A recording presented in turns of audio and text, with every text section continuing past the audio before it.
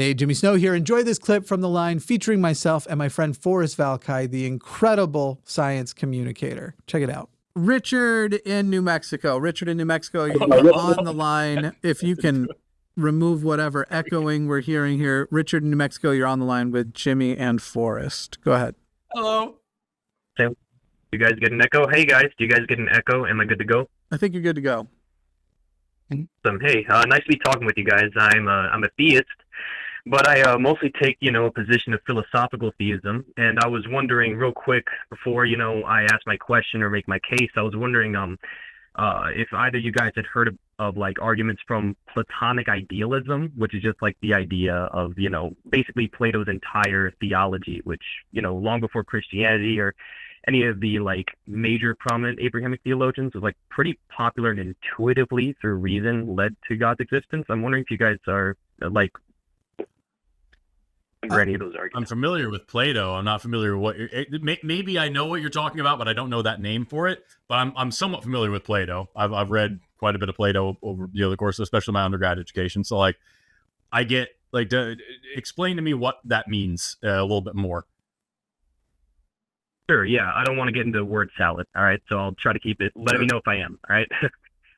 So basically, right, if everything is relational because it has qualities, right? And you can either be a solipsist and think that those qualities come from your mind, be a materialist and think that those qualities just are. Materialism kind of just leads to solipsism if you one of those positions or the other. So it's better to the idea that there's a universal mind making all qualities relational everywhere outside of your own mind, right? That's basically like a really sloppy sort of reiteration of like one of and he just derives it for a reason. It's just like natural to him. He's just thinking, and this sort of comes to him. Like there's, this concept of universal mind or intellect, which is fundamental to everything. Otherwise, like reality would collapse. Like I'm just in my I just hear a lot of unsophisticated arguments for God, like intelligent design, and I'm just wondering what you guys how you would chew on an argument like that, right? So it sounds an awful lot, and maybe I'm oversimplifying it. Like I'm not a philosopher. I read some Plato in college, but like it sounds a lot like what he kind of talked about, like his idea of like forms and stuff, where like there's this. If I'm thinking of a chair, there is, whether you take it literally or not, like the perfect concept of whatever a chair should be. And it sounds an awful lot kind of like that. Like if we're talking about reality or whatever, there's like this supreme, I can conceive of a perfection, therefore there is something out there that is actually that kind of perfection that's in control of that part of reality or something. I just like yeah. There's also, all right. Really do much for me because like you have to then back that up. Yeah. Hang on. I just want to jump in. That sounds like Anselm. That sounds like Anselm to me. I'm not a fan of Anselm because he uses the word greatest I can conceive of, which makes it sound like your mind is creating the argument. And I don't like that. That's not convincing to me.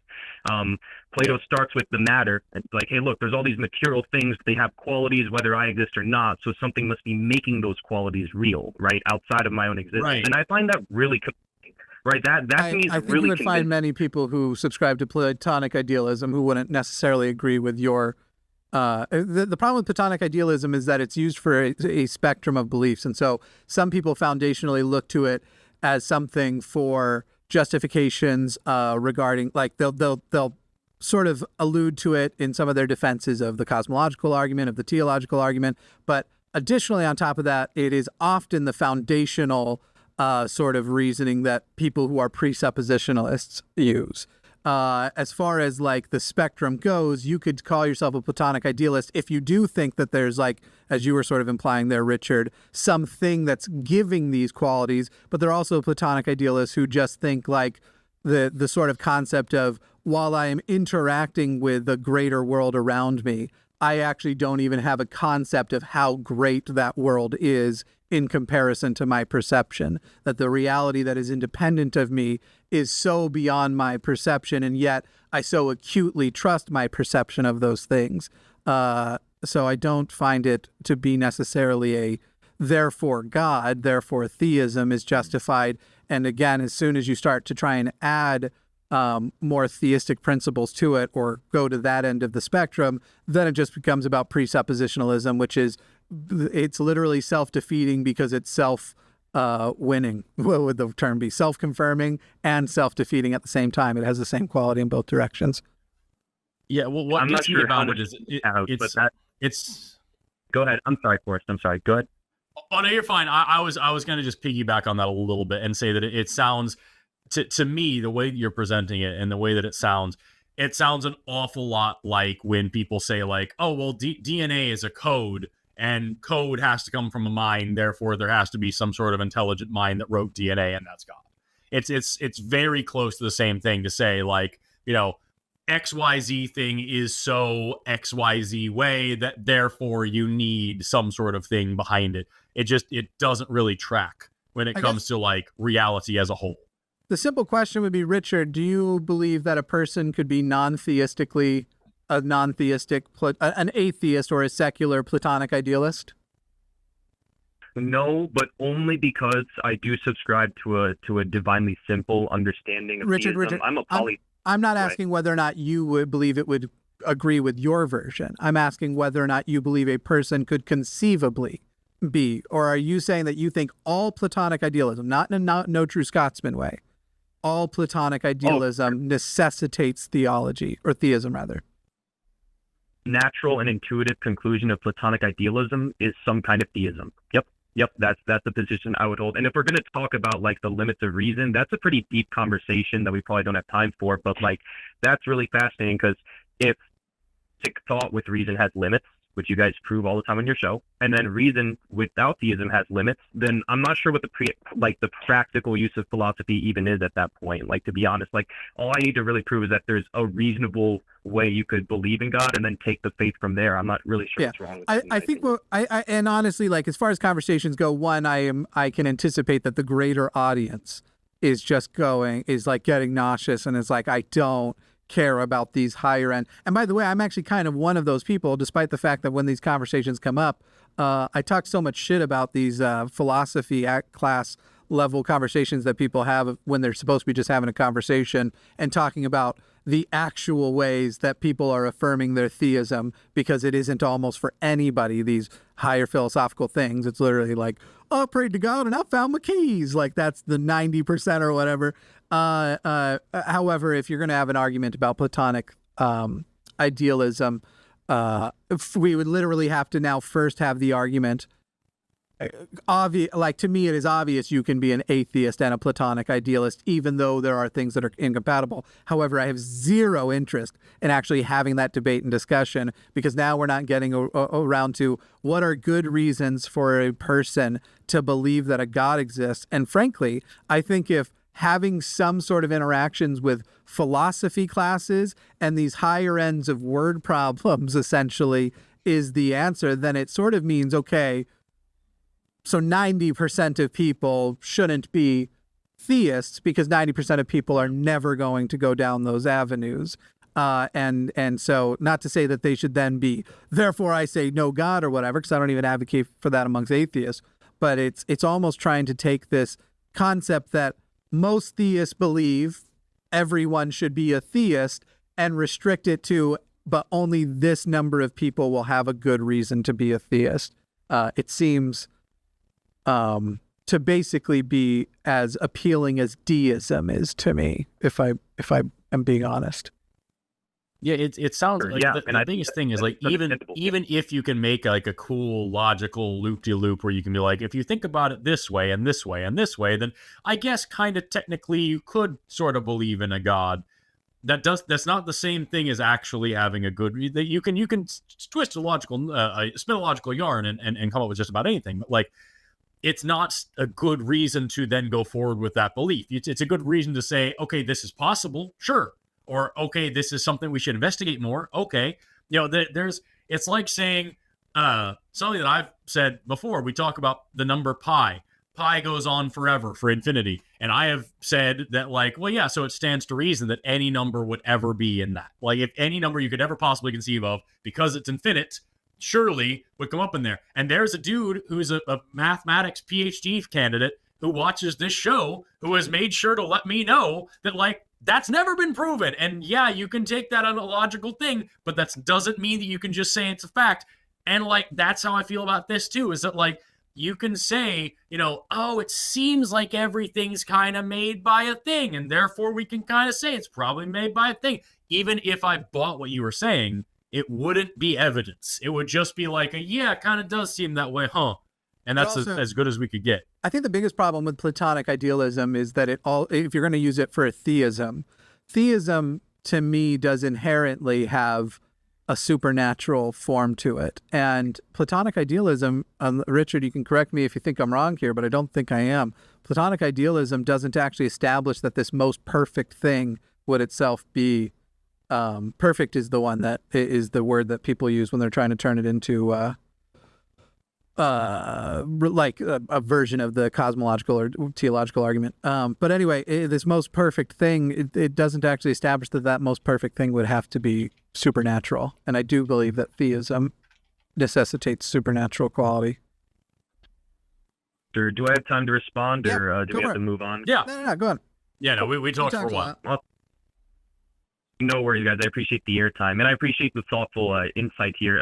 They are insights I've had myself, and I would say two things. I would say that one, whenever looking at things where reason has its limits and you can't get to a definitive final conclusion, really have to just ace out and single out the worst conclusions, or the ones that lead to the most contradictions. And I actually do think that some kind of like physicalism or physicalist atheism, it leads to some pretty nonsensical conclusions, hence why I derive like different philosophies instead. So that's one, because that's just to respond to Forrest's point about logic. Like, I'm against logic gymnastics. I believe in this because it's intuitive, not because it isn't, right? But also, like, you know, you were talking about, oh, geez, I forget the quote's name. I'm sorry, I know. But and the argument just slipped from me, guys. Sorry, I'm kind of being You're fine here. So good. No, you're fine. I'd love an example of one of the, what did you say? Physicalism? Is that what the name of the philosophy you thought we adhere to is? So I prominently argue against physicalism. Maybe that's not your brand of atheism. It could not be, and I'm open to that. And what do you right? think is, what is it, what's an example of, you said that, of contradictory thinking and physicalism, I think was what you said.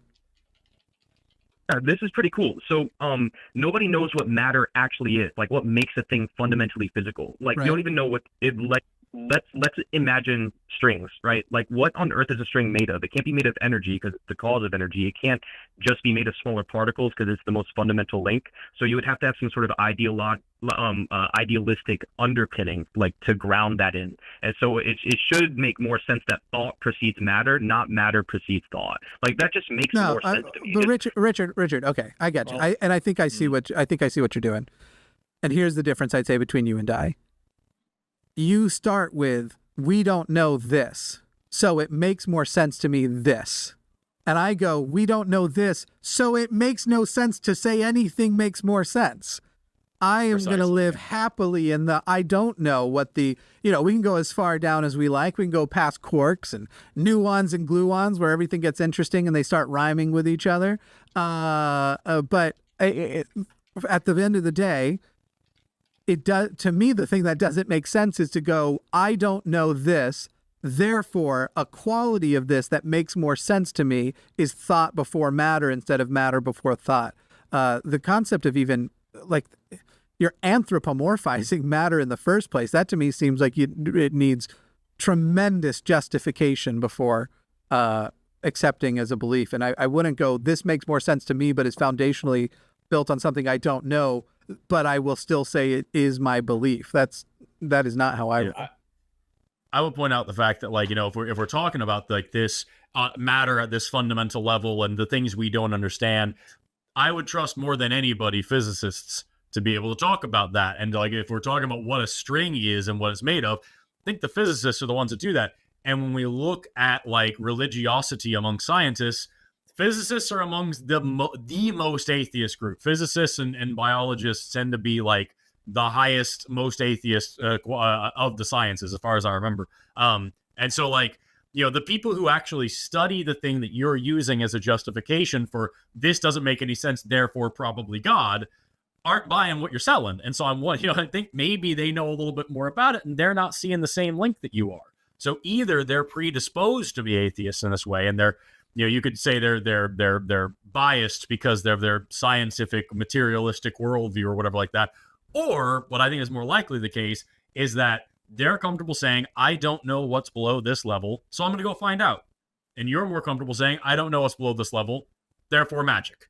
And that's fundamentally not, I think it's a serious disconnect. I'm not sure if serious metaphysics qualifies as magic, but because magic is inexplicable, right? But as far as physics goes, it is. I hope you don't think I'm straw manning you. I'm being disrespectful to the idea. I'm not to you, and I'm not trying to straw man you. For sure, you're just being hyperbolic. That's fine. Yes. In any case, physicists, some of the worst people when it comes to metaphysical claims. They don't know anything about metaphysics. They're not even educated in the basics. They probably don't. You guys know more about Platonic idealism than they do. I'm not going to trust what they say about, like, they might know what a string is, but they're descriptive. They can't be prescriptive, and they certainly can't have any sort of mystical insight to the nature of reality. That's not something I trust them with. So they're not educated when it comes to that. But what are you talking about? Because what you're saying is, here's this problem in physics. We don't know what's here.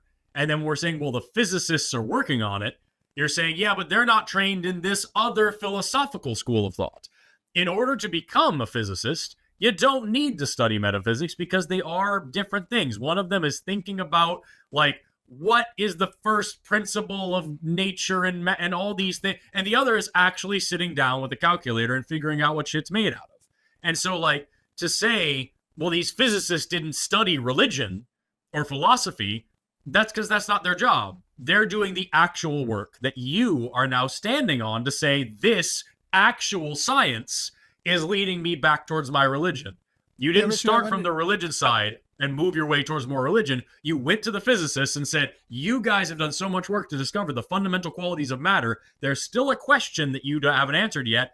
So I'm going to bring that all the way back over here to my magic, and you didn't study the religious stuff, so therefore, how could I trust you? You're trusting them because you're basing what you're saying off of it. I have a question for you, Richard, because wait, on the contrary, physicists haven't really taught me much about matter at all. They study it all day, but they can't even explain what it is. That proves my point. Metaphysicians have a better understanding of matter. Hang on. Well, first, hang on. Matter than Richard, I have a question for you about the claims that you're making, and I guess it's a couple of questions because it honestly sounds like you're trying to present metaphysics of the gaps, like that's sort of what I'm getting here. So my question would be, oh man, I had it so perfectly worded a moment ago, and then I thought of my snarky phrase and I ruined it by trying to be a jackass. The question would be, I'm curious if you think that establishments of things that are facts or should be taken as facts, obviously, as we know, theory and things in science, we don't use those terms, but physics has the scientific method, and that seems to be a pretty incredible method of demonstrating what we should accept as true and not true. Do you believe that metaphysics has a similar thing that is as effective as the scientific method is for physics? For sure. So what the scientific first I'll make a claim on what the scientific method tries to achieve. It's using deductive reasoning to try and establish basic facts about matter. That's what it does, right? Through experimentation and repeated observation, right? And I use inductive reasoning, great. Not deductive, but go on. Yes. Thank you for the. Yeah. And so I think that's valuable if you want to study matter, but that doesn't tell you fundamental questions about where the matter comes from, what it's ontologically grounded in. Like, we haven't even discussed ontology. Science says nothing about ontology, and the question of what matter is made of is an ontological question, right? So, right, but like, I'll keep in mind that as we're getting into these metaphysical and ontological questions, we can't actually establish. While we have questions that sound very good, we can't actually establish that those are sensible questions. They feel sensible, rather sensible is the wrong word. That they are questions that are, there's a much better word for it. But while they sound very good to us, where it's like, yes, for example, one of the big ones people come up with is, what about before the Big Bang? And then we have these discussions about how do you have before with time. And so it's like, it's this phrase that sounds so sensical. And it even to me, I go, I can't fully explain how there is no before. only just that we do know about this other aspect, which eliminates that question from actually making any sense. And so when I sit there and I go to the physics and I say, wow, physics can't answer this question. Therefore, the philosophical musings of people who would claim a metaphysical expertise fills in the answer to this question much more efficiently when I don't even yet know that the question is has met.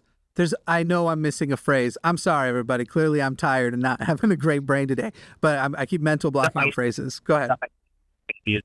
Has met a high standard is maybe the word you're searching for. I'm not sure, but it's just something other than sensible. It's sort of like is it a sound intuitive question or something like that? I understand that it can feel very good, and when you ask the question, it feels like that question should have an answer.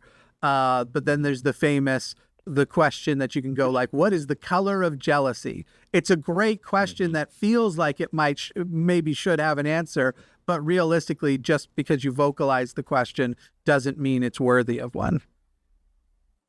But that's fascinating to me because one of the arguments, and maybe you'll agree that this is a more sophomoric atheistic argument that doesn't really have anything to do with you guys, but just as an example, one of the arguments I hear a lot is if it was God or gods, why can't it be a unicorn or aliens who create, right? Something like that, sort of like just filling in the gap with any other arbitrary sort of, I guess, use Forrest word, magical thing, right? But that assumes that the conclusion we're arriving at is somehow arbitrary. Why do we keep arriving at the same logical presupposition every single time the question is faced across every single civilization? It's always the same answer. We don't.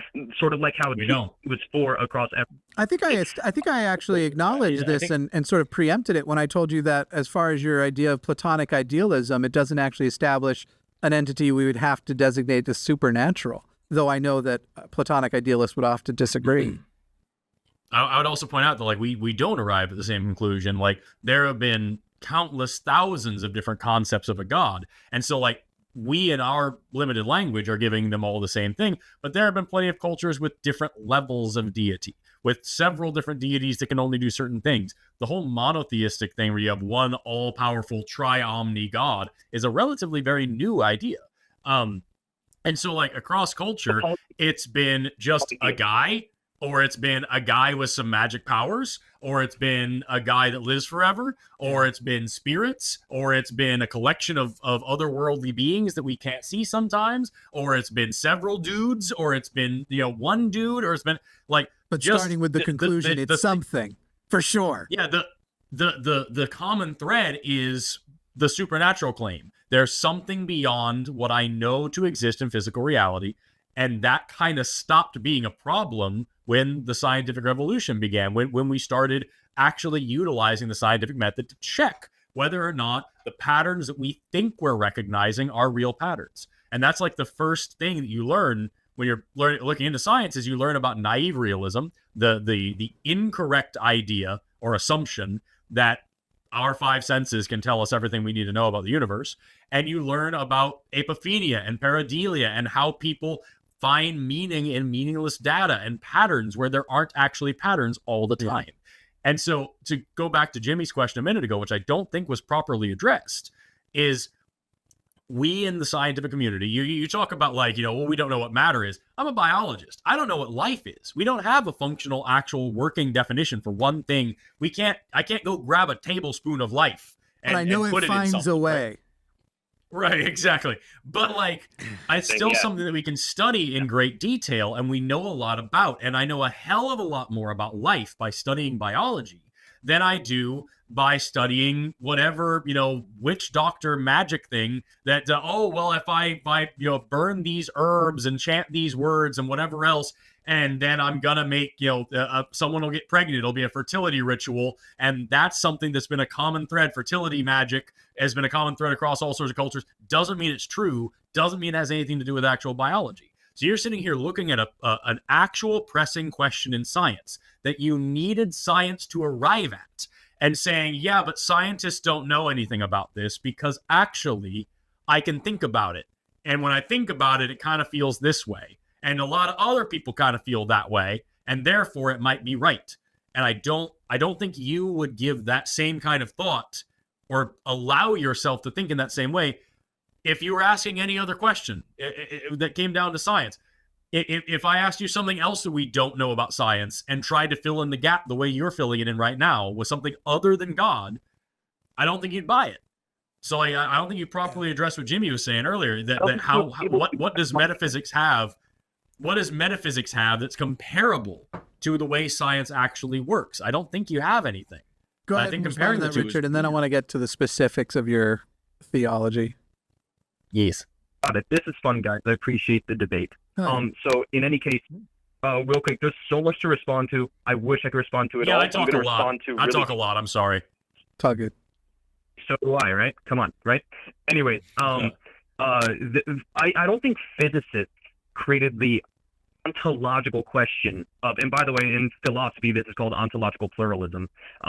It means what if states of existence exist at multiple layers of reality? That's not a scientific question, so scientists didn't bring it to us. So I reject that premise. And then second of all, religions really, with the exception of radical monotheism and Abrahamic faith, just are pretty historically united, right? There's a fundamental divine unity which binds all of reality together, which brings symbols, revelations, theologies, and rituals into our life, as a part of a unified consciousness. You'll find that in polytheism, you'll find it in monotheism, you'll find it in sacraments, you'll find it in holy texts, you'll find it everywhere. Like, this is something, like, Forrest, you should read, you probably already read it, because it's actually a polemic against Christianity, but it's, in this case, it's going to serve my point here. Celsus, on the original religion, where he talks about all religions have one source, and this is back in the 3rd century. And then also, like the modern day perennialists, which talk about the unity of all religions, which you're probably familiar with those arguments, although they're a bit more niche than like what most people resort to. But wasn't there another question that was just posed to me that maybe I'm not answering right now? Yeah, like maybe you guys can without going in depth, I will say very briefly, the rebuts that you've given so far I don't find altogether too compelling, especially your first one, which to me would be like, and the metaphysical motivations for the weather wasn't a science question until it was. To establish that it came first from somewhere else isn't exactly compelling for me to go, therefore I should eliminate whatever commentary potentially could be pursued or found in the more natural scientific way. But that's a very quick aside. I think but the question I think was simply, what method would you find comparable to the scientific method? If you can name it, I think we're hoping for something somewhat prompt so we can then get to the more theological discussion. What method besides the scientific method is to physics as blank is to metaphysics, I think is the simple version of the question. Yeah, that's what we're going for. Sure. So both of them are predicated in reason. So with both, you would start with reason, and then with metaphysics, you would derive something called apophatic thinking. And this is something that many mystics across, once again, all traditions have discovered, right? Apophatic thinking is a way of using logical contradiction to arrive at a singular unified conclusion that's inevitable. The Parmenides was the other book I was going to recommend. That one's by Plato. The entire thing is an exercise in apophatic thought, and it leads to basically the universal conclusion that oneness is like a metaphysical intangible oneness, or a singular intangible. Before we go too far down this, like apathetic, will you spell it for me? Because I feel like I'm not understanding what word you're trying to say. Yeah, I'm trying to Google it too. Yeah. Is it APOPHATHIC? I'm so sorry. Sorry guys. Way too many jargon. Again, sorry about that.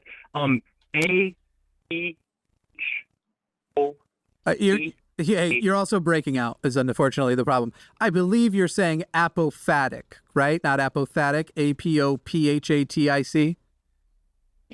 Correct. Yeah. Okay. Like transcendental thinking that requires logical contradiction to reach a universal conclusion. Right. Yeah. Basically, so called negative theology, and it is, you're saying the scientific method is to physics as apophatic thinking is to metaphysics, correct? It's the only way, and it sure as heck, I mean, if you look at a lot of scientific papers... I love you, buddy. Richard, I just wanted confirmation that we were on the same page. Is that correct, that a scientific method is to physics, as apophatic thinking is to metaphysics? Is that correct, is all I was really trying to figure out there? I apologize for all the Wikipedia terminology. I know that, some people know are probably cringing, so I really appreciate you guys. Just a yes or no, though. Yeah, yes or no. Is that correct? Have we created the correct what is that called? A simile metaphor? No, it's not a X is to Y as Z is to A. Yeah, comparison or whatever. Is that correct? Is that what you were when we asked the question? Yeah. Okay. Cool. Yeah, that's correct. Thank you guys for still getting that. Yeah, I appreciate that. Thank you. Yeah, that's all I was trying to figure out. All right, so now going on to the specifics, unless Forrest had a follow up, I wanted to go into the specifics of your theology. Are you going into the specifics of this apophatic thinking that you're talking about, or are you going into something zero? Else? I'll be honest. I'm already so again. It's one of those things where I feel like. There are times we have these conversations and I enjoy them because people are like, I didn't know Jimmy knew anything. And that's kind of nice. But I still don't. It's like grinding teeth to me. And I would way rather talk about what Richard specifically believes in than talk about negative theology, essentially. Yeah. Well, so I'm trying to see like, I'm based on what you just described, and I'm pulling up the Wikipedia. I'm trying to learn what exactly it is you're talking about, because it's a very big claim, and I think it's a very expensive claim for your position to say that this is the comparable thing to the scientific method. This is the thing that you can do that is as good as an actual experiment and hypothesis-driven testing.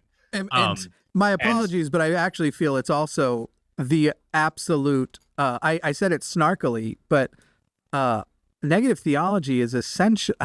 Man, I feel like I'm setting myself up to be revealed to be a fool, but my understanding of negative theology, that is essentially the worst version of what I called metaphysics of the gaps earlier. Like it's a lot of it's not a lot of establishment of what God for sure is, except that it is the establishment of what God is not, and therefore you might deduce from that what God is. Disabuse me of my incorrect notions if I have them, Richard. Yeah, I understand what you're saying. Do you guys want me to respond now, or do you have anything more to say before? No, go ahead. I appreciate it. So, here's the direction I want to go. This is going to sound weird, but I'll preface it by saying I'm not a creationist. Sure. Let's just not go too long. Something very prompt, if can be. Or is this just a quick analogy, right? So to compare, there's probably 3 or 4 different hypotheses on how life might have began, one of which is redundant, which is that asteroid theory. There's some Latin name for it. But yeah, panspermia. So, right. Panspermia, it doesn't actually explain origin, because then you would want to know the origin of the pansperm, which is not the actual phrase, but it's funny to say. I hate that theory. But anyways, there's 3 or 4 different ones, right? That is derived using modern tools by the scientific method. Now, that doesn't disqualify the scientific method from explaining anything about reality. It does a great job at examining current physical reality, or things that we can examine currently pretty damn well, like the strong plausibility that there was a Big Bang, or something like that, right? But the fact that we have all these hypotheses about something that is testable, and that's something that we're really probably will never have the answer to, I think sort of vindicates my worldview, because if you look at universal religions across the board, yeah, they'll have different cultures, they'll have different names for deities, they'll have a different plurality of them, or they'll have one of them, but somehow they arrive at universalisties that the scientific method could never hope to teach us. And I just think that's very valuable. I don't. Yeah, I think let me ask you this thing, because this is the biggest thing that we're not humble. I don't find this is the thing that's bugging me though. Yeah. This is the thing that's bugging me though, and what the reason why I didn't want to move on, and what I wanted to hammer at here, is that you're saying that this type of thinking that you're offering is the comparable structure to the scientific method. You think it's as good as the scientific method to answer these questions about things that you said aren't scientific questions, but absolutely are. They're dealing as good with the to metaphysics as it was as the yes. Just to be clarified. Yes. Yeah, it's the scientific method for metaphysics. But let me ask you some. Well, let me ask you some really basic. Let me ask you some fundamental questions about it. Just really simple, just fundamental yes or no questions here. does apophatic theology or thinking involve any kind of actual physical testing? That's why it's so reliable. Physics is always changing. Wait. Just answer Forrest's question. That's its own uniquely weird thing to say that I will address later. I'm asking you, does this thing that you're offering up, does it rely on any kind of physical testing whatsoever? No, I don't think that's reliable enough. No. Does it produce any like empirical or independently verifiable evidence that anybody else could look at? No, it's super rational, and those things are purely rational. So no. Okay. So it doesn't do that. Does it answer any questions about the physical universe that we live in as it operates from day to day, normal style? It might, but that's a little bit complicated. It depends on your views on like spiritual synchronicity and miracles, but like that's a very complex theological topic, and most people have a very shallow understanding on both sides of that thing. So I kind of don't want to. So for now, I'll just say no. Let's assume that those things are a question. No. Does it rely on anything, or I shouldn't say rely on? Is there any function of this methodology that you're offering up that operates outside of subjective experience, intuition, or perceived revelation? Yes, because your question presumes that there's particular consciousness only and not universal consciousness, which would be necessary and also follows if you want to answer more philosophical questions. I'm asking you how you use this methodology. So, like, you can't say, I know there's a super consciousness because the methodology at which I decided there's a super consciousness probably relies on a super consciousness. I'm asking you, in the way that you use this methodology, is there any functionality that you put into it that is outside of subjective experiences, perceived revelation, or intuition? A quick couple of notes. One, I do want to start wrapping because we actually have had great theist calls drop because we've been going for so long on this. So I do want to start moving this a little bit quicker. But two, I would also acknowledge that, Richard, I don't know if you remember what the question prior was, but your yes is actually contradictory to the previous no. You would have to change the first one to a yes to make the second one a yes also, especially when you brought up like the nature of revelation and stuff. But continue on, and let's wrap this soon and hopefully not lose any more theist callers who are waiting on hold. Yes. Can I just have 30 seconds to sort of break the circle? He said I was in a logical circle. I want to break that one. Yeah. Sure. Sure, thanks. The logical circle was I used a certain metaphysical theory to arrive at apophatic thinking, but apophatic thinking led me to that particular metaphysical conclusion, so it's a circle. No, you don't need apophatic thinking to arrive at a very basic and intuitive logical fact. That's kind of the point. Apophatic thinking transcends basic intuitive logical facts. It's the natural conclusion of those facts. So that's why I trusted over... I wonder if I can make this all good. I wonder if I can... I think I might have thought of a question that might literally be like the way to just wrap it all up. I might get there. I think I might have it. All right. So if we look at the scientific method in physics, the product of utilizing the scientific method through physics has not just been, theories about matter or whatever. The actual products of that have been airplanes that fly, cell phones, smartphones, the very way we're talking to each other. Bridges that usually don't collapse unless they're getting hit by shit tons of newtons of force by a tanker going 10 miles an hour. But the products are everywhere and we can take a look. Is the comparable product, Richard, based on the things that you've said, of the truth of apophatic thinking, of negative theology, is the comparable product basically just that so many people believed this before there was necessarily any good reason to accept it? The sort of thing you were talking about with so many people, no matter what religion, have these sort of universal things they agree on. Is that the similar product? This is actually the best argument for physicalism. So I'm really glad that you brought it up. If physicalism were not the only... Richard, I swear my question was crafted in a way that answering it would make the conversation move forward. Go on. No question, correct? It was a yes or no question.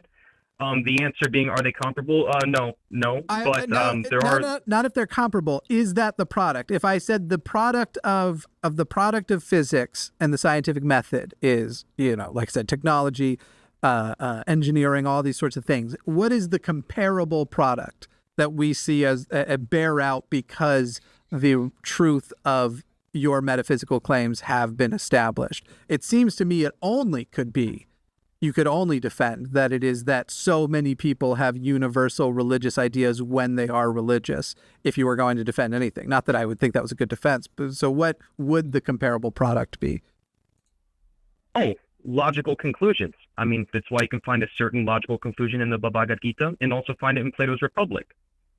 But I don't have any more time to go into that. I mean, unless you guys also, want I to give me don't extra feel time, that was an answer to my question at all.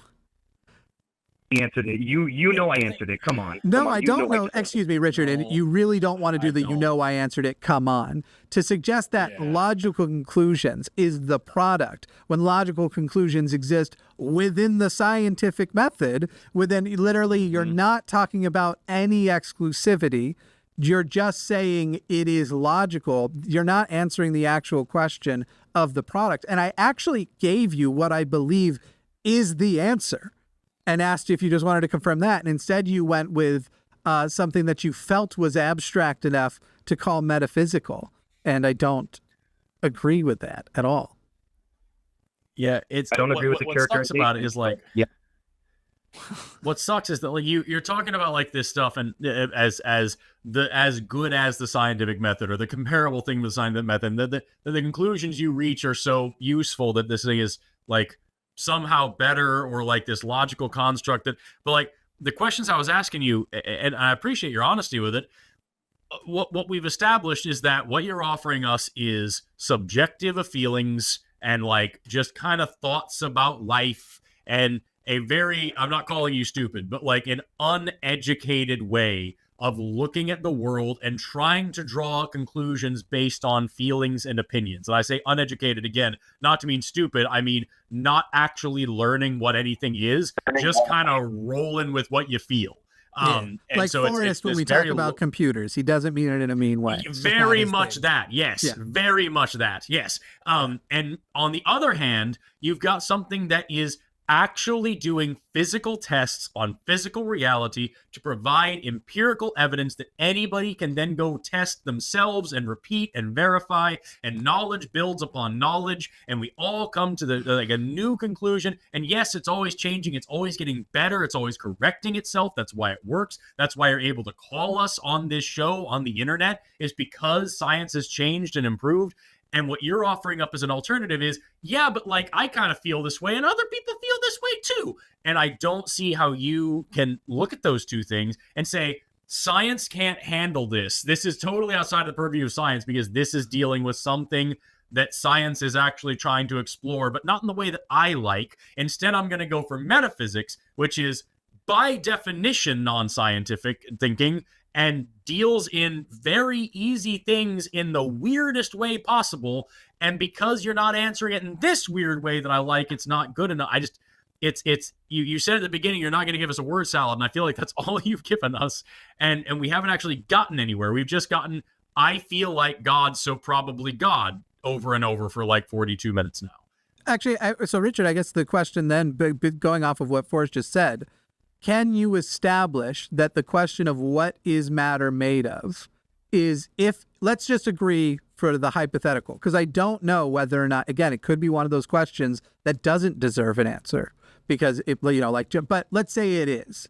How can you establish that that question is in fact a metaphysical question and not a physics question? Is a practice that relies on reason. Reason has its limits. That's pretty humbling to say. If no scientist has ever said it, they act as if it doesn't, and that's really bothering me, right? Like, Richard, what question? Richard, logic leads to. So Richard, what question do you think I just asked? Because I don't think you're answering mine.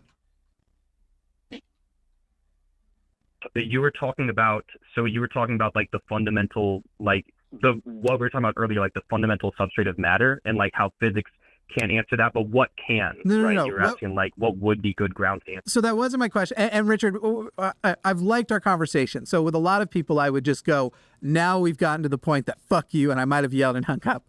But as soon as people can't repeat my question back to me, I recognize we've gone past a certain point. And Richard, what I'm going to do is invite you to please call back. But I do want to move on to other calls and stuff. And maybe even think about, I don't actually think it's a question that you should do off the cuff if it wasn't one you weren't already prepared for. So I'm going to give you the question again, and then I'm going to tell you, Matt and I are back on Sunday. We'll probably do an after dark show as well. Forrest is back sometime in April. I don't remember what date we locked down, but we'll check that all out. And would be happy to have that. If you call Sunday, I'll even more be interested in getting into your polytheism, because that's kind of where I wish we'd gone the whole time.